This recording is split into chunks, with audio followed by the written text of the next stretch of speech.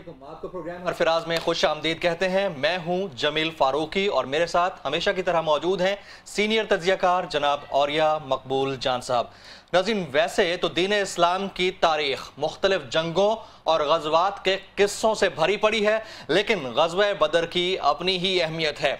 आज 17 रमज़ानुल मुबारक है। उसूली तौर पर तो 18 हो चुकी है, लेकिन 17 रमज़ानुल मुबारक की वजह से आपको बता देते हैं कि एक तो ग़ज़वा बदर 17 रमज़ानुल मुबारक को हुआ था और दूसरा हज़रत आयशा सिद्दीक़ा रज़ी अल्लाह ताला अन्हा का यौम वफ़ात भी है, जिस वजह से दोनों लिहाज से इसकी अपनी अहमियत है। प्रोग्राम के पहले हिस्से में औरिया साहब से इसी पर बातचीत करेंगे। औरिया साहब, सबसे पहले ग़ज़वा बदर की बात करते हैं। इशाअत इस्लाम और ग़ज़वा बदर किस कदर लाज़िम व मलज़ूम है? देखिए, कुरान पाक ने इसे यौमुल फुरकान कहा है। जी, यौमुल फुरकान का मतलब होता है जब हक और बातिल दोनों अलग-अलग वाज़ेह खुल के सामने आ जाए। रसूल अकरम सल्लल्लाहु अलैहि वसल्लम की 13 साल की मेहनत जो है मक्का की, उसके अंदर से तकरीबन 100 के करीब लोग जो थे वो वहाँ से मदीना पहुँचे थे और वहाँ जाकर उन्होंने रियासत मदीना कायम की थी। जी। और रियासत मदीना के अंदर सूरत हाल ये थी कि किसी का बाप मक्के में रह गया था, तो किसी का बेटा मक्के में रह गया था, तो किसी का मामू मक्के में रह गया था, तो किसी का भाई मक्के में रह गया। दीन वो वाहिद अलामत बन गई थी भाईचारे की। सगा भाई आपका भाई नहीं रहता था, वो भाई बन गया था कि जिसको रसूल अकरम सल्लल्लाहु अलैहि वसल्लम ने अंसार के साथ भाई बनाया था और आपने मुआखात का ऐलान किया था। बिलाशुबा आज के जदीद दौर में ईमान की कसौटी मैं बुनियादी तौर पर बदर को लेता हूं आज के दौर में। अच्छा, उसकी बुनियादी वजह यह है जी कि हर दौर के अंदर अल्लाह तबारक व तआला मोमिनीन को एक वादा करता है जी कि कम मिन फियतिन कलीलतिन गलबत फियतिन कसीरा। तुम अगर कम भी हो गए तादाद में, तुम्हारा ग्रोह छोटा भी होगा, तो मैं तुम्हें बड़े ग्रोहों के ऊपर गलबा अता करूंगा। सुभान अल्लाह। लेकिन बात एक शर्त एक है कि वमन यतवक्कल अल्लाह, कि जो कोई अल्लाह पे मुकम्मल तवक्कल करेगा। जिस वक्त ये बदर का मार्का हुआ है, आप मस्जिद नबी का एक दफा ध्यान करें जी, जिसके अंदर रसूल अकरम ने 313 सहाबा को इकट्ठा किया। सुभान अल्लाह। उन 313 सहाबा के पास क्या था? 2 घोड़े थे। 313, जरा गिनती कीजिएगा, मजबूरी तौर पर 2 घोड़े, टोटल 2 घोड़े। अच्छा, 313 के पास 2 घोड़े, 6 ज़िरें थी जो पहन के जाते थे, बाकी आम। बल्कि हालत ये थी कि अब्दुल्लाह इब्न मसूद कहते हैं एक दफा कि तो कुफा में आ गए जी जी, तो लोगों ने कहा आज ऐसे नमाज पढ़ाएं जैसे रसूलुल्लाह सल्लल्लाहु अलैहि वसल्लम के ज़माने में आप पढ़ाते थे। तो उन्होंने पहले तो अपनी पगड़ी साड़ी उतार के एक तरफ रख दी, फिर अपना जुब्बा उतार दिया, फिर अपनी कमीज उतार दी और एक छोटा सा तहमद बांध के आगे खड़े हो गए। जब नमाज पढ़ के आपने सलाम फेरा तो पीछे मुड़ के कहता है, तुम क्या समझते हो मैं रसूलुल्लाह सल्लल्लाहु अलैहि वसल्लम के ज़माने में पूरे कपड़े मुयस्सर थे? तुम आज नमाज पे शर्तें लगा के बैठे हुए कि ये होना चाहिए और ये होना चाहिए। इतनी छोटी सी, उनके पास कपड़े तक मुनासिब मुयस्सर नहीं थे। 2 घोड़े, 6 ज़िरें और 8 तलवारें। 313 के पास 8 तलवारें थी और लड़ने किससे जा रहे थे? वो लश्कर 1000 का जिसके हर शख्स के पास तलवार थी, जो कि जरा बख्तर से ज्यादा अपने आप को उसने बंद किया हुआ, लेस किया हुआ था जी, जिसने खौद पहने हुए थे, जिसके पास तलवार नहीं थी, किसी के पास नेज़े थे, किसी के पास भाले थे, किसी के पास कुछ था, और उसके साथ साथ घुड़सवार थे, सब कुछ था। तमाम तर जितनी भी मॉडर्न डे टेक्नोलॉजी हो सकती है वेल इक्विप्ड थे। Well equipped. अच्छा, जिस वक्त आपने तैयारी करके निकले हैं जी, तारीख में कोई मुझे बताए कि किसी एक शख्स ने यह सवाल किया हो कि या रसूलल्लाह उनकी टेक्नोलॉजी देखें, अल्लाह, उनकी माइट देखें, कहां ले जा रहे हो? हम तो खुदकुशी करने नहीं जा रहे। ये नहीं कहा किसी ने, कहा आमन्ना व सद्दकना, जो आपने कहा उस पर हमने कबूल किया, हम चले आपके साथ। ये जिंदगी इन्नल्लाह हश्तरा मिनल मोमिनीन, अल्लाह ने बै कर लिया मोमिनों की जान और माल और आबरू और इज्जत और सब कुछ जन्नत के बदले में, हम आपके साथ। आज 10,000 दफा हमारे ईमान का आलम यह है जी कि आज अगर कोई इधर से जरा सा भी ज्यादा ताकतवर आ जाए तो हम पहले सोचते हैं। मैं कभी कभी सोचता हूं कि क्यों हम पे अल्लाह ताला अपने फरिश्ते नाज़िल करे। तो तनज़्ज़ुलुल मलाइका जो है उसकी बात किस पे है कि कालू रब्बन अल्लाह सुम्मस्तकम, तुम कहो मैं तुम अल्लाह मेरा रब है, फिर उस पर साबित कदम हो जाओ। अल्लाह कहता मैं फरिश्ते उतारता हूँ, तो तनज़्ज़ुलुल मलाइका, हम पे क्यों उतरेंगे, हम साबित कदम है। हम तो कहते नहीं नहीं अमेरिका बहुत बड़ा है भाई, हम तो कहते नहीं नहीं इंडिया बहुत बड़ा है, अब तो इंडिया भी कहना शुरू हो गया जी, वो जी माइट है, हमारे पास एटम बम ना होता तो हम कभी उससे लड़े नहीं। वो भाई एटम बम पहुंचाता है, लेकिन सर अल्लाह फर्क भी तो है ना, वो असहाबे कराम थे, उनका एतकाद, एतमाद, यकीन, उसका वो आलम, और आज के मुसलमान को हम क्यों कहते हो तकाबली जायजा तो नहीं ले सकते। देखो एतकाद एक ही होता है, फिर क्यों कहते हो हमने उनके नक्शे कदम पे चलना है, फिर क्यों कहते हो नवाज शरीफ जब JIT में जा रहा है तो उमर इब्न खत्ताब बन गया पाकिस्तान का, क्यों कहते हो। बिल्कुल ठीक, 10 बंदा बोलता है ना। हाँ जी, निस्बत खाकरा व आलम पाक, मसला ये नहीं है, मसला ये है कि तवक्कल किसी वक्त भी, और ये तवक्कल अफगानिस्तान में अल्लाह तबारक ने आज के दिन भी साबित किया कि आप हैरान होंगे कि 3 सुपर पावर्स का कब्रिस्तान बना है अफगानिस्तान। 1905 के इर्द गिर्द इंग्लिस्तान, सूरज ग्रुप नहीं होता था, रूस और अभी अमेरिका। अच्छा एक और चीज मैं आपको बताऊं जी, कि पूरे मैदान बदर के अंदर सगे भाई मुकाबले पे, रसूलुल्लाह सल्लल्लाहु अलैहि वसल्लम हज़रत अली आ रहे हैं और मुकाबले में सगा भाई अकील आ रहा है जी, रसूलुल्लाह सल्लल्लाहु अलैहि वसल्लम में हमजा आ रहे हैं, सगा भाई अब्बास इब्न अब्दुल मुत्तलिब आ रहा है, रसूलुल्लाह सल्लल्लाहु अलैहि वसल्लम की तरफ से अपना उबैदा इब्न जर्राह आ रहे हैं, और मुकाबले पे बाप का सर काट दिया, ऐसे कान से पकड़ के लेकर रसूलुल्लाह ने पूछा कौन है, तो या रसूलुल्लाह मेरा बाप है, आपका गुस्ताख था, इज्जत करता था, आज मैदान में सामने आएगा, सर काट के सामने लेके आया। वही बदर की कैफियत हमने 14 अगस्त 1947 में पैदा की थी। जी, मैंने कहा था मैं मोहम्मद हुसैन चीमा हूं, ये अर्जन दास चीमा है, मेरा भाई नहीं हो सकता। हम भंगड़ा एक तरह का डालते हैं, हम हीर एक तरह की दात खाते हैं, हम साग एक तरह का खाते हैं, हम धोती एक तरह की पहनते हैं, हम कुर्ता एक तरह का पहनते हैं, हमारे तमाम तर कल्चरल, और इवन ये हमारे दादा परदादा एक थे। मेरा भाई इसलिए नहीं है क्योंकि ला इलाहा इल्लल्लाह मोहम्मद रसूलुल्लाह नहीं पढ़ता। बदर के बाद अगर कहीं 14 साल बदर की कैफियत पैदा हुई है तो 14 अगस्त 1947 को। राइट, आज यौम वफ़ात हज़रत आयशा सिद्दीक़ा रज़ी अल्लाह ताला अन्हा भी है। ये फरमाइएगा कि उनकी ज़िंदगी में अहले इस्लाम के लिए कितना बड़ा दर्स है। और यह सब देखें, सबसे ज़्यादा रसूल अकरम सल्लल्लाहु अलैहि वसल्लम की ज़िंदगी के बारे में जो बुनियादी शहादतें हैं आपके घर के बारे में, उसकी रिवायात सैयदा आयशा से मिलती है। रसूल अकरम सल्लल्लाहु अलैहि वसल्लम में और दुनिया के तमाम लीडरों में, तमाम लोगों में एक फ़र्क है, मैं और आप हर चीज़ चाहेंगे कि हमारी पब्लिक हो जाए, हमारी ये जो ज़िंदगी है अदबी ज़िंदगी पब्लिक हो जाए जी, हमारा लिटरेचर पब्लिक हो जाए, हमारी जनाब नौकरी की ज़िंदगी पब्लिक, हमारी पॉलिटिकल लाइफ पब्लिक, हम किताबें लिखवाते हैं उसके। लेकिन मैं और आप कोई नहीं चाहेगा कि मेरी ख़ानदानी ज़िंदगी जो है उसका एक एक लम्हा भी रिकॉर्ड हो जाए, जो कुछ मैं अपनी बीवी के साथ ज़िंदगी गुजारता हूँ, जो मैं अपने बच्चों के। लेकिन चूंकि रहनुमाई की ज़रूरत थी इस उम्मत को, तो रसूल अकरम सल्लल्लाहु अलैहि वसल्लम की एक एक ज़िंदगी को डॉक्यूमेंट किया, और उस डॉक्यूमेंट करने का रोल है वो सैयदा आयशा सलाम अल्लाह अलैहा के ऊपर जाता है। और सैयदा आयशा सलाम अल्लाह अलैहा जो हैं उन लोगों में से हैं कि वाहिद खातून हैं जी, कि कुरान के अंदर अल्लाह तबारक व तआला ने जिनकी इफ़्फ़त व इस्मत व पाकबाजी की गवाही दी। सुभान अल्लाह। सूरह नूर उनकी इफ़्फ़त व इस्मत व पाकबाजी की गवाही पे उतरी, और आप अंदाजा करें कि उस गवाही की बुनियाद के ऊपर वो सहाबा कराम जिन्होंने सैयदा आयशा पे तोहमत लगाई थी, उनको कोड़े लगाए गए हैं और उन्होंने कोड़े खाए हैं अल्लाह की गवाही की बुनियाद के ऊपर। इतना बड़ा मकाम। और उस कमाल की बात यह है कि सैयदा आयशा कहती है आखिरी में तो रसूल सल्लल्लाहु अलैहि वसल्लम उनकी गोद में आपने इस दुनिया से आपने पर्दा फरमाया है, तो मिसवाक मंगाई थी, मिसवाक करना चाहते थे, तो मिसवाक सख्त। सैयदा आयशा कहती हैं कि मैंने अपने होंठ से उसको नरम किया और फिर दी, और कहते हैं कि मुझे कितने फ़ख्र की बात है कि रसूल सल्लम जब इस दुनिया से रुखसत हुए तो मेरा लुआब उनके मुंह में था। सुभान अल्लाह। ये आयशा का बड़ा मकाम है। आप सल्लल्लाहु अलैहि वसल्लम फरमाया कि तमाम जिस तरह सुरीद को तमाम खानों पर फजीलत हासिल है, इस तरह आयशा को तमाम औरतों पर फजीलत हासिल है।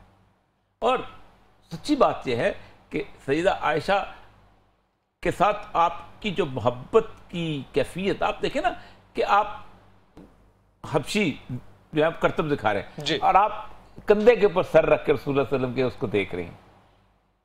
आज आपका खामन जिस तरह के आज के हमारे मेल शावनिस्ट हैं, आप कंधे पे सर रख के दिखाएं किसी को। और आप देखिए हुजरा कितना छोटा सा है जी कि आप सल्लल्लाहु अलैहि वसल्लम जो है वो नमाज पढ़ते हैं और सैयदा आयशा के जो पाँव जो है सजदा करने के लिए पीछे कर देते हैं। इतना छोटा हुजरा था जिसमें ताजदारे ताजदारे दो जहां जिंदगी गुजार रहे थे। और सैयदा आयशा कहती हैं कि रसूलुल्लाह के ख़ानदान पर और उम्महातुल मोमिनीन पर महीनों ऐसे गुजर जाते थे कि चूल्हे में आग नहीं जलती थी। खजूर आई है, थोड़ा सा दूध है, पी लिया, महीनों गुजर जाते। हज़रत आयशा सिद्दीक़ा रज़ियल्लाहु ताला अन्हा की ज़िंदगी से वाबस्ता सब्र की कई मिसालें हैं और उनको अगर डिस्क्राइब किया जाए तो पूरी रात ख़त्म हो जाए, लेकिन वो किससे ख़त्म ना हो। आज की ख़वातीन के लिए कितना बड़ा दर्स है उनकी ज़िंदगी में, क्योंकि ख़वातीन का जो आलम है वो दीन का इल्म जी बड़े बड़े सहाबा ने हज़रत आयशा से लिया है।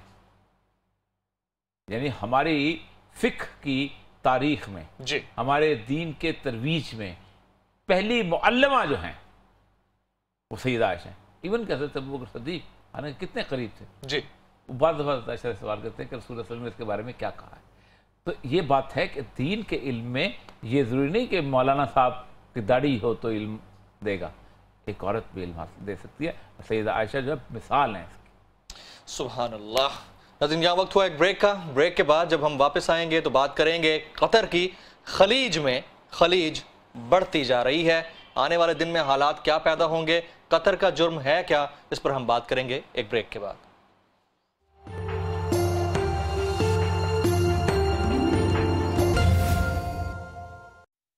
गुज़श्ता हफ्ते सऊदी अरब और इसके 3 बड़े इत्तेहादियों मिस्र, मुत्तहिदा अरब अमारात और बहरैन ने कतर से सफारती ताल्लुकात ख़त्म करने और मुआशी पाबंदियाँ लगाने का ऐलान किया। बाद अज़ां लिबिया, यमन और मालदीव ने सऊदी अरब की हमायत का ऐलान किया। इस सफारती लड़ाई की 3 बड़ी वजूहात हैं। अव्वल ये कि तेल और गैस के ज़खायर की वजह से कतर मशरक़ वस्ता की अमीर तरीन रियासत है, जबकि कतरी गैस के ज़खायर में ईरान भी शराकतदार है। दूसरी जानिब कतर की ज़मीनी सरहदें सऊदी अरब के साथ मुश्तरक हैं। अब कतर इन 2 मुतहारब ममालिक के दरमियान फंस चुका है। ना तो वो किसी एक से दुश्मनी कर सकता है और ना दोस्ती, जबकि सऊदी अरब का मुतालबा है कि कतर अपने दोस्तों और दुश्मनों का वाज़ेह तयन करे। दोम ये कि कतर के अमीर तमीम बिन हामद ने गुज़श्ता सालों के दौरान अख़वानुल मुस्लिमून, हमास और अफ़गान तालिबान की खुलकर इमदाद की है। इन हुर्रियत पसंद तंजीमों और बैनुल अक़वामी ताकतों के दरमियान मसालहत की कोशिशें भी की हैं। सऊदी अरब का मुतालबा है कतर इन तंजीमों की हमायत बंद करे। सोम ये कि बैनुल अक़वामी मीडिया हाउस अल जज़ीरा की नशरियात कतर से चलाई जा रही हैं। इस टीवी चैनल से सऊदी अरब के बकौल इसके और इसके इत्तेहादियों के ख़िलाफ़ प्रोपेगेंडा किया जाता है। सऊदी अरब और इत्तेहादियों का मुतालबा है कि इस टीवी चैनल को फौरी तौर पर बंद कर दिया जाए। यहाँ यह बात भी काबिल ज़िक्र है कि मशरक़ वस्ता में सबसे बड़ा अमरीकी फ़ौजी अड्डा कतर में ही वाक़ है। इसी अड्डे से अमरीकी जहाज़ इराक़ और शाम में ईरान की इत्तेहादी हुकूमतों और तंजीमों के ख़िलाफ़ कार्रवाई करते हैं। इस सारी सूरत हाल में सवाल ये है कि सफारती जंग का इसराइल को क्या फ़ायदा हो सकता है।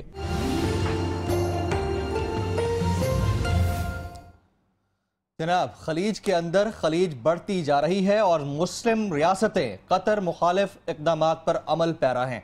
ऐसे में सवाल ये है कि कतर का आखिर जुर्म क्या है, इसी पर बात करेंगे औरिया साहब से। औरिया साहब, कतर के जराइम हैं क्या? देखिए, पहली बात तो ये है कि पूरे के पूरे अरब, पूरी की पूरी अरब दुनिया जो है जी, उसमें बादशाहते हैं और ये बादशाहते अंग्रेज ने कायम की थी। और अंग्रेज ने क्या इत्तेहादी फोर्सेस ने 1920 के बाद ऑनवर्ड जो है इस पूरे खत्ते को तकसीम किया और उन्होंने वहाँ पर तेल की दौलत जो है उसको अपने पास रखा और उसके बदले में वहाँ पर अपने फोर्सेस उतार के अपने टोडी हुक्मरानों को, अपने अमीरों को वहाँ पर खड़ा कर दिया। जिसके पास जितना ज़्यादा तेल की दौलत थी उतना ही छोटा मुल्क बना दिया गया।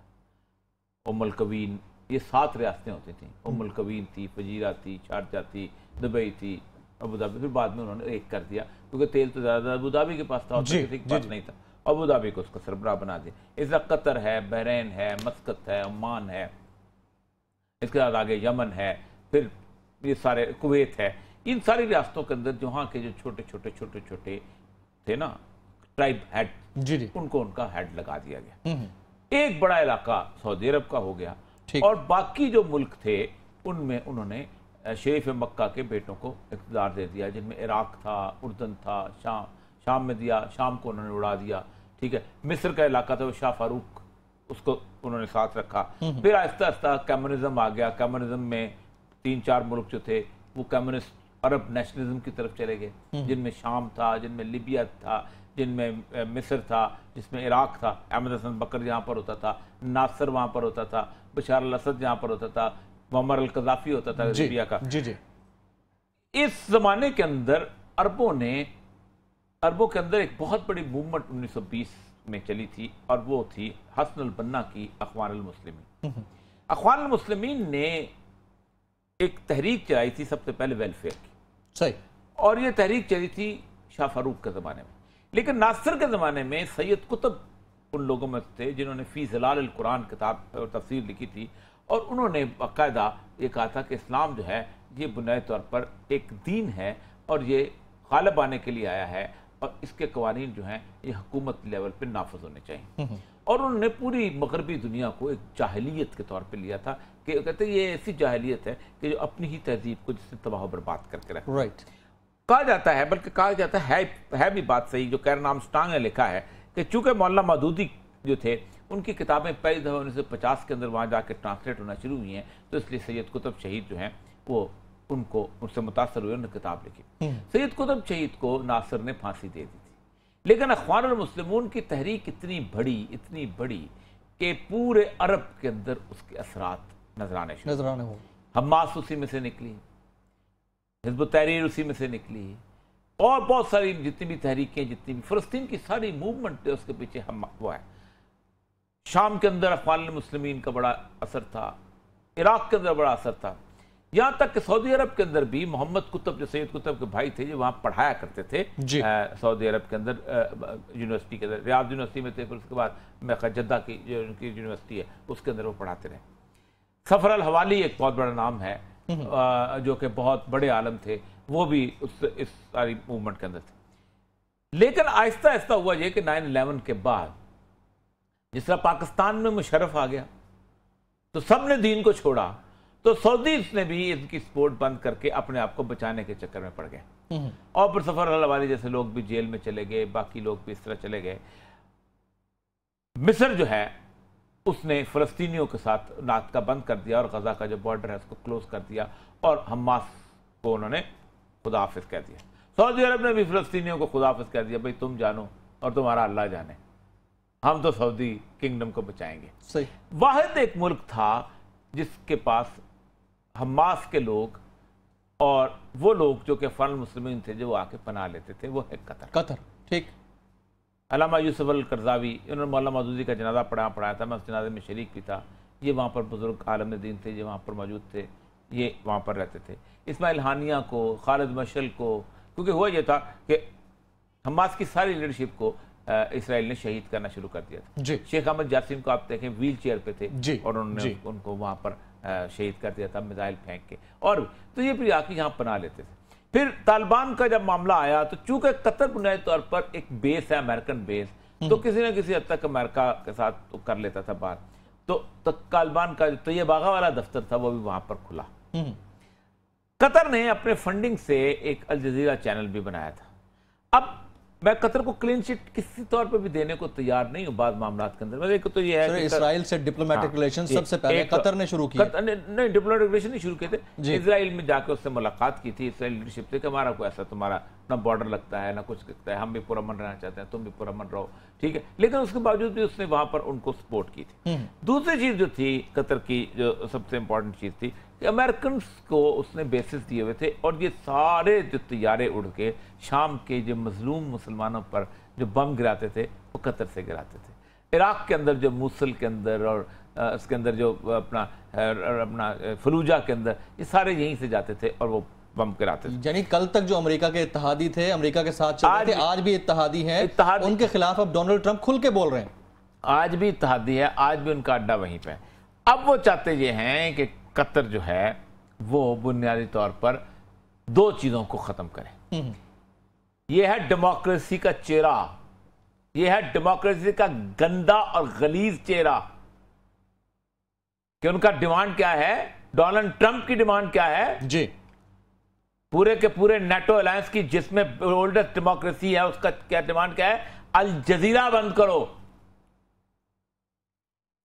यह है फ्रीडम ऑफ एक्सप्रेशन। बोले आसमा जहांगीर यहां पर, बोले आइए रहमान यहां पर, बोले कोई और, वहां तो सारे कहेंगे कि बंद करो अल जजीरा को। यह है डेमोक्रेसी का क्री गंदा और गलीज चेहरा।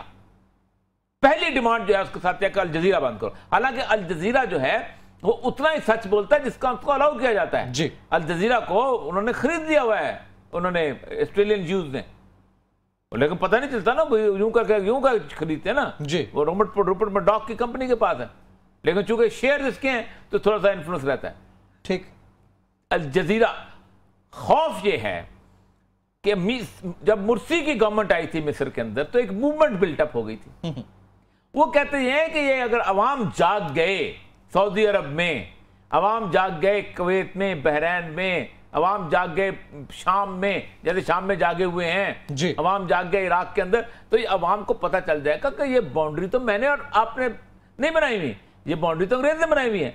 यानी पूरे अरब को तकसीम करने का तो कोई कोई कोई तुक नहीं बनती ना। मजहब एक, जुबान एक, कल्चर एक, रिलीजन एक, हर चीज, मजहब जी जी जी, रिलीजन, हर चीज एक, ठीक। रहन सहन के तरीके फिर तुमने तकसीम किया। इसका मतलब यह है कि तुम बुनियादी तौर पर तकसीम तुमने रंग, नस्ल, जुबान, इलाके की बात नहीं की, बल्कि तुमने सिर्फ रिसोर्सेज की बुनियाद पे की। राइट। अब कतर जो है, एक हदीस के हिसाब से भी आज सुबह मेरी कतर बात हो रही थी, तो वो उन्होंने मुझसे कहा कि क्योंकि ज़ाहिर बात है मैं कतर पे गुफ्तगू नहीं कर रहा था, उन्होंने कतर के जो बहुत बड़े लोगों से बात हो रही थी इस मसले में, तो कहते कि देखें आप दौरे फतन की हदीस उठाएं बुखारी की, तो फरमाया कि दज्जाल के मुकाबले में अगर कोई लश्कर उठेगा तो बनी तमीम का होगा जी। तो कतर के जो खानदान है वो बनी तमीम का खानदान, ये बात तो है सर। तभी मैंने आज इस पर बात भी कर रहा हूँ कि ज़ाहिर बात है जब रसूलुल्लाह सल्लल्लाहु अलैहि वसल्लम की बात आ जाए और पेश को, इसका मतलब ये है कि इस सारे क्राइसिस के अंदर टर्निंग पॉइंट कहीं ना कहीं कतर से निकलेगा जी। क्यों? इसकी वजह यह है कि ईरान अपने तअस्सुब में बात करता है। ईरान को कोई परवाह नहीं होती कि हलब के अंदर मुसलमान मर जाएं, लाशें बिखरें, बच्चे यतीम हो जाएं। सऊदी अरब को कोई परवाह नहीं होती। कतर की चैरिटीज मुसलमानों की सबसे ज्यादा बड़ी चैरिटीज हैं। मैं तुर्की में, आपको याद होगा मैंने दिखाया भी था उस प्रोग्राम के अंदर कि तुर्की के अंदर शामी महाजरीन को सबसे ज्यादा चैरिटीज हैं वो कतर चैरिटीज की तरफ से हो रही। तो इसका मतलब यह है कि कहीं ना कहीं रसूलुल्लाह सल्लल्लाहु अलैहि वसल्लम ने जो बनी तमीम के बारे में कहा है कि ये वो लोग होंगे कि जो आगे ले चलेंगे और ये दज्जाल का सबसे ज्यादा मुकाबला करें, कोई रास्ता जरूर। सर, इत्तेहाद बैनुल मज़ाहिब का रोना हम सारे मुसलमान रोते रहते हैं कि हम दाई हैं, हम ये करना चाह रहे हैं, लेकिन सर हमारे मुसलमान आपस में ही उनके रियासतों का इख्तिलाफ बढ़ गया। हम कभी मुसलमानों का बैनुल मुस्लिमीन की बात करते हैं, बैनुल मज़ाहिब का तो कभी भी नहीं। अल्लाह ताला ने लड़ने के लिए कहा है हमें। यहूदियों के साथ रसूलुल्लाह सल्लल्लाहु अलैहि वसल्लम लड़ते नहीं रहे, नसारा के साथ लड़ने नहीं गए। डोनाल्ड ट्रंप का आना, इजराइल के साथ यकजहती, ये क्या? ये मजहब की बात है। आप क्या समझते हैं? ये जो 55 लोग खड़े हुए थे, ये इस्लामी हुकूमतें थी, ये सेकुलर हुकूमतें थी। आप नवाज शरीफ को इस्लामी हुकूमत समझते हैं जो सूद के खिलाफ जाके अपील करता है, जाके जो सूद को जायज करार देता है, उसके साथ अल्लाह उसके रसूल की जंग चलती है। नवाज शरीफ ने तलवार निकाली हुई है अल्लाह रसूल के खिलाफ। वाहिद हुक्मरान है कि जो अपना जिसने अपील में खुद गया था जी। इसको आप कहते हैं ये इस्लामी हुकूमत है? सेकुलर हुकूमत है भाई। ये मलेशिया का मातर मोहम्मद सेकुलर हुकूमत है। Secular, yes. ये बशार अल-असद सेकुलर हुकूमत है। ये लहमल खंजीर बेचता है। आप जाएं एमिरेट्स में, दुबई के एयरपोर्ट के ऊपर आपको सूअर का गोश्त मिलेगा। इस मोहम्मद बिन, क्या नाम है अपना, खलीफा बिन ज़ायद और मोहम्मद बिन ज़ायद सारे सेकुलर हैं। इनका इस्लाम के साथ क्या ताल्लुक है? एक मुसलमान के घर में पैदा होने से इस्लाम नहीं हो जाता। फिर तो ट्रंप की अमेरिका जो है वो ईसाई हुकूमत हो गई ना जी। तो असल मसला ये नहीं है। तो तय हुआ है कि अमेरिका ने जो कराना था वो करा अमेरिका अब चाहता ये है कि एक तो ये है कि ईरान और उसकी अजम के अरब और रजम की लड़ाई तो शुरू करा दी है, उन्होंने बीन अरब आपस में भी लड़ पड़े और ताकि इसराइल मजबूत हो, और वो मजबूत तो होना है क्योंकि रसूलुल्लाह ने फरमाया कि बैतुल मक़दस की आबादी मदीना की बर्बादी है, और वो आपकी हदीस मौजूद है, ये मुसलमानों के हाथों ही होगी और कहाँ से होगी। पॉइंट टेकन, बिल्कुल ठीक है। नाज़रीन, यहाँ वक्त हुआ एक ब्रेक का। ब्रेक के बाद जब वापस आएंगे तो हम बात करेंगे JIT की। जनाब, पेशी पर पेशी हो रही है, ऊंट किस करवट बैठने जा रहा है इसका पता चल ही जाएगा एक ब्रेक के बाद।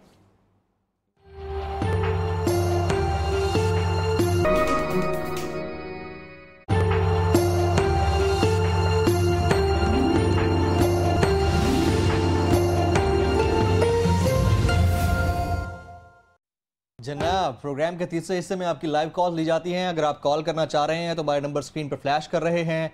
आज के मौज़ूआत पर ही बात कीजिएगा। और नाज़रीन, JIT में पेशी पर पेशी हो रही है, लेकिन उससे कबल कल के प्रोग्राम में औरिया साहब ने एक फैसले का तज़किरा किया था। वो फैसले की कुछ तफसीलात औरिया साहब के पास इसमें सामने हैं, औरिया साहब ये डिस्कस कर लीजिएगा। मैं कल बरसे तस्करा कर दिया, तो उसकी बेसिक वजह यह है कि आज जो ऐसी उन्होंने जो बात की है JIT वालों ने, उन्होंने कहा जी कि गवर्नमेंट के अदारे जो हैं वो रिकॉर्ड टेम्पर कर रहे हैं जी, और हमने 8-9 पहले भी कहा था कि टेम्पर हो रहा है रिकॉर्ड। फिर उसके बाद उन्होंने कहा है कि SCCP ने ये चौधरी शुगर मिल का रिकॉर्ड भी टेम्पर किया हुआ है, और भी बहुत सारी चीज़ों ने बताई हैं कि हमें ये मदद नहीं कर रहे। तो मैंने कहा था कि रिकॉर्ड सिर्फ वहाँ नहीं होता, रिकॉर्ड बाकी जगह, मतलब ये मेरे पास एक जजमेंट शीट है, ठीक, हाई कोर्ट के 2 जजों का जो है डिवीजन बेंच का फैसला है, हाई कोर्ट लाहौर का, और ये फैसला है शाहिद करीम और अब्दुल अजीज शेख का। ये फैसला है 6 जून 2015 का, ये फैसला है सही। इसमें वो कहते हैं कि मियां मोहम्मद शरीफ साहब, वालिद साहब मियां नवाज शरीफ, प्राइम मिनिस्टर और वजीर आला के, उन्होंने एक असेसमेंट अपनी रिटर्न फाइल की 1988-89, राइट, ठीक जी। उन्होंने रिटर्न फाइल भी कि मेरी कुल आमदन जो है मियां मोहम्मद शरीफ साहब की कुल आमदन 9,36,311 रुपए। क्या बात है, क्या बात है। जिसमें से 1,83,000 रुपया, 83,600 रुपया मेरी तनख्वाह है, 638 रुपए जो है वो मेरा शेयर है फर्म का, अच्छा, 9,55,000 रुपया जो है ये मेरे डिविडेंड्स हैं, अच्छा, ज़राअत से मुझे 40,000 रुपया आमदन होती है, सबको पुदीना शदीना बेचते हो, ठीक।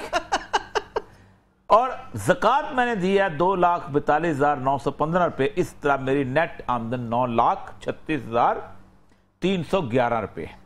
उसके ऊपर एक नाहंजार इनकम टैक्स अफसर ने ऐसी की तैसी उस इनकम टैक्स अफसर की, इतने जबरदस्त किस्म के पाकिस्तान के वजीर आजम, वजीर आला के वालिद, जो उसने असेसमेंट गलत कर दी और 56,66,705 रुपए जो है वो उन्होंने शो कर दिया, टैक्स बना दिया, कि ये इनकम ये है। अच्छा, अच्छा। उसने बड़ी बड़ी लंबी डिटेल दी हुई। उसके ऊपर उन्होंने 91 में अपील की कमिश्नर साहब के पास। 13/6/91 को कमिश्नर साहब ने कहा इनकम टैक्स के तुम, वो कहता है ना वो अपना पितरस बुखारी, वो मेहनत मजदूरी से पेट पालने वाले निचले तबके के इंसान, इनकम टैक्स अफसर वापस लो अपना के। अच्छा। 13/6/91 को उन्होंने ये वो करती, ठीक है।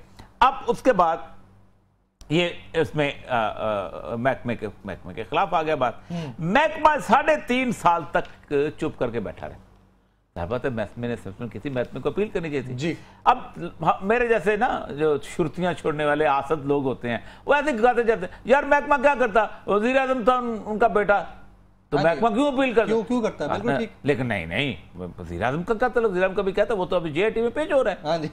तो 3.5 साल के बाद उन्होंने 94 में अपील की। अच्छा, उस अपील के ऊपर जो है उन्होंने दोबारा उसने ट्रिब्यूनल ने फैसला कर दिया। क्यों अपील की? 94 में क्योंकि बेनजीर की गवर्नमेंट आ गई थी, उसमें फैसला आ गया। उसके बाद इन्होंने 1995 में, हाँ जी, ये पीटा 96 में इन्होंने फिर हाई कोर्ट में अपील कर दी। अपील की तो फिर बोरिया बिस्तरा गोल होकर चला गया, और फिर मियां नवाज शरीफ साहब के वालिद मोहतरम इंतकाल कर गए, दुनिया से चले गए।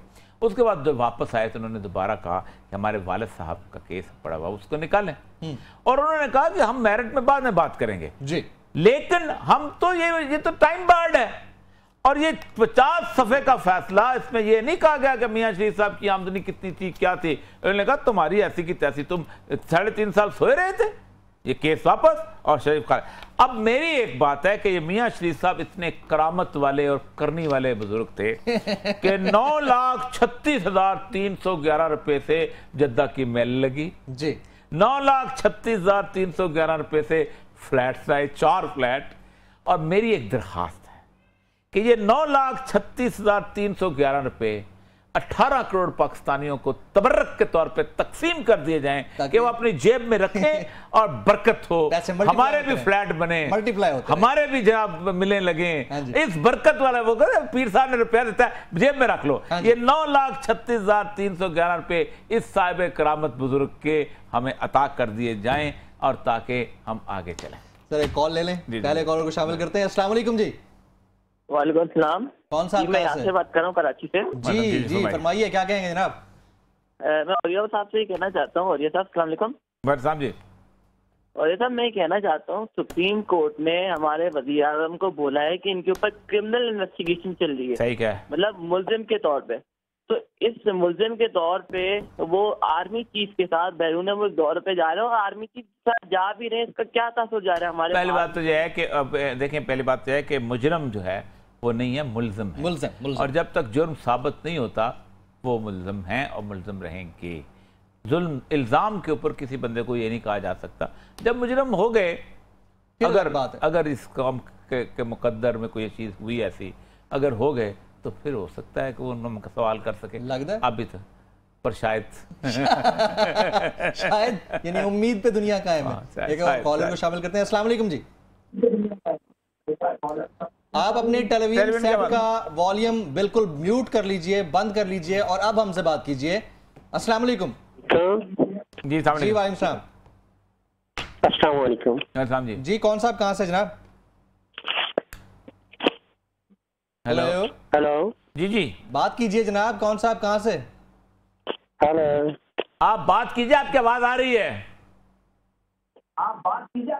चलें ठीक है, आप इनकी कॉल ड्रॉप कर दीजिए। टीवी लगाया हुआ है, टीवी लगाया हुआ है और ये सब हम बात कर रहे थे। अब तो मैं ये कह रहा था कि आप देखें, आप आज राना सनाउल्लाह साहब की जो पेशगोई है ना वो भी अच्छी है। राना सनाउल्लाह साहब ने कहा कि ये जो जीएटी है ये पीएचडी कर रही है। हाँ जी भाई, किसी मुल्क के वज़ीर-ए-आज़म पर पीएचडी की जाती है, किताबें नहीं की कर सकती, ये भी कहा उन्होंने। नहीं पीएचडी इंक्वायरी नहीं कर रही, पीएचडी कर रही है। तो पीएचडी करना तो एजाज की बात होती है। तो उन्होंने कहा जी बेहतर ये है कि शहबाज शरीफ को बुला लें। उन्होंने बुला लिया। अच्छा किया ना। एक और कॉलर को शामिल करते हैं। अस्सलाम वालेकुम जी। जी अस्सलाम वालेकुम जनाब, कौन साहब कहाँ से?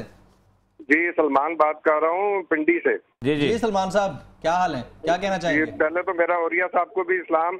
बड़ी मेहरबानी। आपने सुना इस्लामाबाद में बैनर शैनर लगाए हुए हैं वज़ीर आज़म के पेशी जाने के पूरे? जी बस जी काफी बैनर शैनर लगे हुए, देखते हैं क्या होता है। अच्छा चलिए ठीक जी, सवाल कीजिए। अच्छा मैंने एक्चुअली सवाल करना चाह रहा था कतर के हवाले से। जी फरमाइए, पूछिए। जो सऊदी अरब का मामला है ये काफी इसमें एम्बिग्विटीज हुई है। तो अभी हमने आजकल फेसबुक पे एक वीडियो भी चल रही है, एक हमारे पाकिस्तानी भाई हैं, उन्होंने वीडियो पेश की है क्या जिसमें उन्होंने सऊदी अरेबिया का जो मकासद हैं कतर के हवाले से वो उन्होंने बताए हैं। तो इसके बारे में अगर आप कुछ बयान कर मैं सकें। जो वीडियो नहीं देखी, मैंने बड़ी तफसील से इस पर जिक्र कर दिया है कि वो कतर के हवाले से क्या चाहते हैं। देखिए कतर में ज्यादती पता क्या है, आप डिप्लोमेटिक क्राइसिस बंद करें, आपने तो मुकातिया कर दिया ना। पर पाकिस्तान की कितनी बड़ी लड़ाई है। क्या ये दुरुस्त है? गलत है ना। एक ही लैंड लाइन है, उसके लैंड रूट है उनका। पाकिस्तान कितनी बड़ी है, लेकिन हम तो इंडिया पाकिस्तान का रास्ता तो बंद नहीं हुआ। बिल्कुल नहीं हुआ। तो दुनिया पूरी में नहीं होते, ये बहुत ज्यादा। अच्छा पाकिस्तान का क्या रोल होगा कतर के? मैं तो पहले कहता हूँ पीछे हम बीच में नहीं आना चाहिए किसी तौर पर। अच्छा देखिए पहली बात यह है कि जिन्हें खादियां गाजरा और टेडोना दे पीठ, जिन्होंने गाजरें खाएंगे उन्हीं के पेट में दर्द होगा। कतर भी खत आया यहाँ पे, कतर देखा ना, कतर भी देखे। कतर को हम, मैं ये नहीं कहता कतर कोई आइडियल हुकूमत है जी। कतर कोई बहुत बड़ी इस्लामी सल्तनत है। कतर में अमेरिका का अड्डा है भाई। ठीक, मसला यह है कि 2 सौकनों में लड़ाई है। एक पिया मन भाग गई है, दूसरी को उन्होंने कहा कि ऐसे करोगे, इस तरह का मेकअप करोगे, इस तरह का बन ठन के आओगे तो तब टॉरम साहब राजी होंगे, नहीं बन के आओगे नहीं राजी होंगे। ये है मसला। अच्छा, पाकिस्तान भी उस लाइन में लगा। किसको करने के लिए किया जा रहा है? ट्रंप को करने के लिए, राजी करने के लिए किया जा रहा है सारा मामला? नहीं, देखिए बेसिकली सऊदी अरब इस वक्त, सऊदी अरब ने शीशे में उतार लिया ना ट्रंप को जी। अब मसला यह है कि मशरक़ वुस्ता का अब इस वक्त जो नक्शा बन रहा है उस नक्शे के अंदर एक बहुत बड़ी शदीद किस्म की लड़ाई शुरू होगी। मैं आपको बताऊं, एक लोहार की दुकान होती है ना जी, अगर अमन हो ना गांव के अंदर तो ज्यादा एक दराती बनाएगा, एक हल बनाएगा, ठीक है, और एक जो कोई और एक दो चीज या घोड़े की नाल लगा देगा। लेकिन अगर दो चौधरी लड़ना शुरू हो जाए गांव के तो वो रातों को जाग जाग के तलवारें बनाएगा, 10-10, 15-15 तलवारें बना के देगा, वो भाले बनाएगा, वो नेज़े बनाएगा, और चीजें बनाएगा, उसकी दुकान चलेगी। जब ये लड़ेंगे, मैंने उस दिन आपका अपने कॉलम में लिखा है कि किसिंजर ने ये कहा है कि हमने रूस को और हमने चीन को आग लगा दी है, अब वो अपनी वापस उस हेजेमनी में जाना चाहते हैं। हमने ईरान को हवस में शिकार कर दिया कि सारे से ज्यादा में वापस जाए, ठीक है। अब इधर से हम जब सऊदी अरब को लेंगे तो हम पहले 7 मुल्कों पे कब्जा कर लेंगे। ये कतर वतर बहरीन से एक मिनटों में खा जाना है इजराइल की हुकूमत ने, जिस दिन लड़ाई शुरू होनी है, और इजराइल का प्लानिंग भी यही है। Absolutely right, point taken. नाज़रीन, प्रोग्राम का वक्त खत्म हुआ। अगर आप फीडबैक देना चाहें फेसबुक और ट्विटर पर हमें ज्वाइन कर सकते हैं। आज के इस शो से अपने मेज़बान जमील फारूकी और औरिया मकबूल जान को इजाज़त दीजिएगा।